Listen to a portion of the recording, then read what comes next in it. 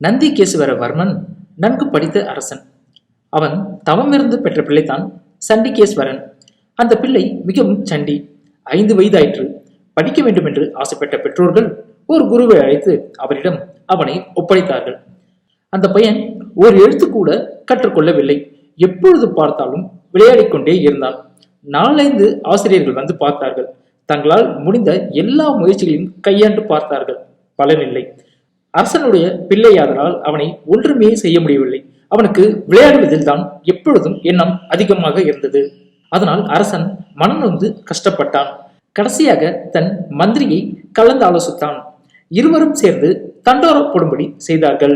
அரசகுமாரன் சண்டிகேஸ்வரனுக்கு 6 மாதத்தில் உயிரெழுத்துக்கள் மெய்யெழுத்துக்கள் அவைகளை கற்றுக் கொடுத்து எழுதும்படி செய்கிறவருக்கு தகுந்த சன்மானம் கொடுப்பதாக தெரிவித்தார்கள். பையனின் குணங்களை தெரிந்த அநேகர் கிட்ட வரவே இல்லை. வெளியூரிலிருந்து வந்த சிலர் அந்த ஊர் மக்களிடம் விஷயத்தை தெரிந்து கொண்டு தங்கள் ஊர் திரும்பிவிட்டனர். அதே காலத்தில் கோவிந்தராஜன் என்ற ஒருவர் வந்தார். அவருக்கு வயது 60. அவர் அரசனை பார்த்து தான் சண்டிகேஸ்வரனுக்கு 6 மாதத்தில் எழுத்துக்களை கற்றுக் கொடுத்து விடுவதாக சொன்னார். அவரோடு கூட ஓர் ஊமை பையனையும் அழைத்து வந்திருந்தார். இவனையும் கூடவே வைத்திருப்பேன், இவனும் என்னிடம் கல்வி கற்கப் போகிறான் என்றார். ஐயா ஆசிரியரே, உமக்கோ வயது 60 இருக்கும். என் பையனோ எப்பொழுதும் விளையாட்டு குணமுடையவன். எத்தனையோ கெட்டிக்காரர்கள் எல்லாம் வந்து தோல்வியோடு திரும்பி சென்று விட்டனர். நீர் ஊமையை வேறு அழைத்து வந்திருக்கிறீர். அவனுக்கு காதும் கேட்காது என்கிறீர். நீர் வேண்டாவே வேண்டாம் என்றான் அரசன். உங்களுக்கு என்ன, பையன் எழுத்துக்களை கற்றுக்கொள்ள வேண்டும், அது என் பொறுப்பு. ஆனால் நான் எந்த பொருளை கேட்டாலும் உடனுக்குடன் கொடுத்து விட வேண்டும் என்றார் ஆசிரியர். என் பையன் எழுத்துக்களை கற்க நீங்கள் எதை சொன்னாலும் செய்ய தயார். என் பையன் படிக்க மாட்டான். விளையாட சொன்னால் எவ்வளவு நேரமானாலும் பசி தாகத்தை பற்றி கவலைப்படாமல் விளையாடுவான். பொம்மைகள் செப்புகள் வைத்து கூட சின்ன சின்ன குழந்தை மாதிரி விளையாடுவான் என்றான் அரசன்.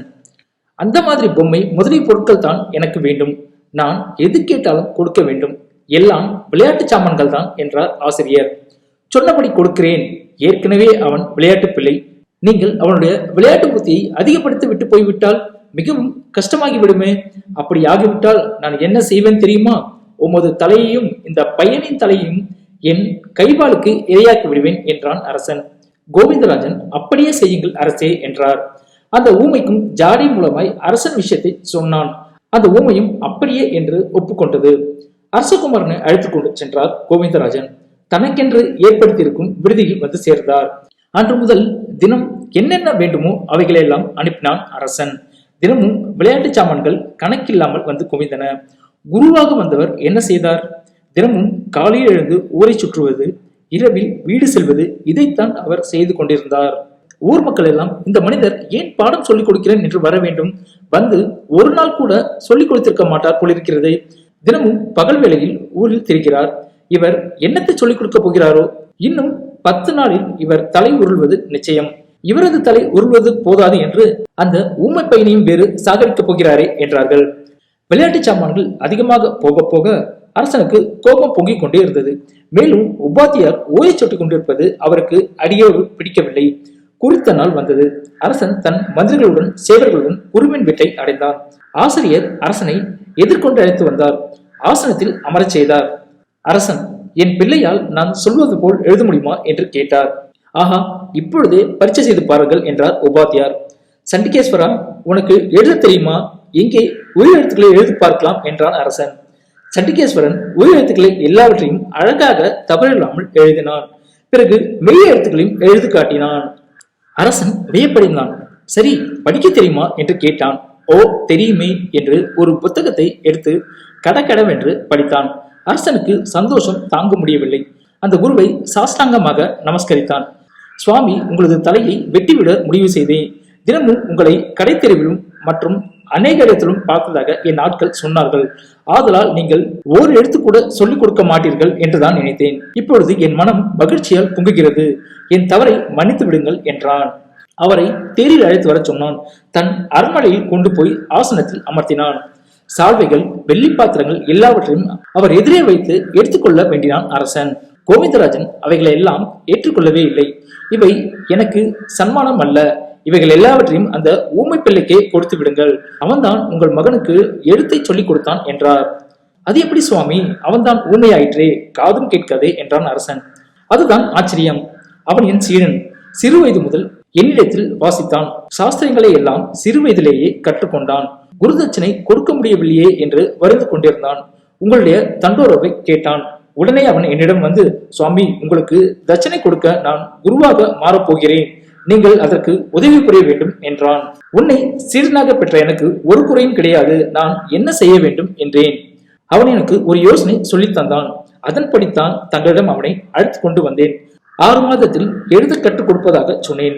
விளையாட்டு சாமான்களையும் கொடுக்கும்படி கேட்டேன். உண்மையில் அவன் ஊமை அல்ல, ஆனாலும் வேண்டுமென்றே அவன் ஊமையாக மாறினான். தினமும் உங்கள் மகனும் என் சீடனும் விளையாடுவார்கள். அப்போது என் சீடன் அம்பு, ஆமை, இலை, ஈ முதலிய பொம்மைகளை விளையாட கேட்பான். எப்படி கேட்பான் தெரியுமா? அம்பை வைத்து விளையாட வேண்டும் என்றால் ஆ என்று எழுதி காட்டுவான். விளையாட்டு முக்கியமாக கொண்ட உங்கள் புதல்வன் அந்த எழுத்தை கொண்டு, அம்பை கொண்டு தலையை ஆட்டி ஆட்டி கொண்டு இவன் மெதுவாக நகருவான். இப்போது நான் யார் என்று சைகை மூலமாக கேட்பான். உங்கள் பிள்ளை வெழிப்பான். அப்போது ஆமை என்று இவன் எழுதுவான். பிறகு ஆமை பொம்மையை கொண்டு வந்து காட்டுவான். ஒரு தடவை இப்படி காட்டிய பிறகு அடிக்கடி இவன் ஆமை போல் நடந்து காட்டுவான். உங்கள் பிள்ளை ஆமை என்று எழுதி காட்டுவான். இதே போல் சைகை மூலம் மிருகங்கள், பறவைகள் முதலியவற்றை பெயர்களை எழுத கற்றுக்கொண்டான். நாய் பொம்மை கொண்டு வர நா என்று இவன் எழுதுவான். மிகுதிக்கு லொல் லொல் என்று குலைப்பான். உடனே உங்கள் பிள்ளை ஈ என்று எழுதி பூர்த்தி செய்வான். இம்மாதிரியே மொத்த எழுத்துக்களையும் கற்றான். அவை நன்றாக மனதில் பதியும்படி செய்ய மறுபடியும் மறுபடியும் வேடிக்கை செய்து காட்டுவான் என் சீடன். எல்லாவற்றையும் எழுத்தில் எழுதி சண்டிகேஸ்வரன் காண்பிப்பான். இப்படியே தினமும் நடந்தன. நான் வீட்டில் இருந்தால் இவன் ஊமை, நான் உன்னோடு தான் விளையாடுவேன் என்று சண்டிகேஸ்வரன் என்னிடம் சொன்னால் என்ன செய்வது? அதற்காகத்தான் அவர்களை விட்டு பகலெல்லாம் வெளியே சுற்றி கொண்டிருந்தேன் என்று குரு சொன்னார். அரசனுக்கு ஆச்சரியம் சொல்லி முடியவில்லை. தன் பிள்ளையையும் ஊமையும் அருகிலே அழைத்தான். கோவிந்தராஜனுக்கு என்ன சன்மானம் வழங்கினானோ அதே போல் ஊமையாக நடித்த சீடனுக்கும் வழங்கினான் அரசன். ஆனால் சீடன் அச்சன்மானத்தை அப்படியே குருவின் பாதத்தில் வைத்து விழுந்து வணங்கினான். அரசே, இவன் மகா மேதாவி. இவனுக்கு வித்தை கற்றுக் கொடுத்த என்னை எந்த ஸ்தானத்தில் வைத்திருக்கிறான் பார்த்தீர்களா என்றார் குரு. ஆமா சுவாமி, இந்த பிள்ளை போன்றவர்கள் தான் என் அரசாட்சிக்கு மிகவும் உதவக்கூடியவர்கள். மிகுந்த சந்தோஷம். நீங்கள் இருவரும் என் அரண்மனையிலேயே இருக்க வேண்டும். உங்களுக்கு வேண்டிய வசதிகளை எல்லாம் செய்து தருகிறேன். இங்கேயே தங்கி எங்களுக்கு புத்திமதி சொல்லுங்கள் என்றான் அரசன்.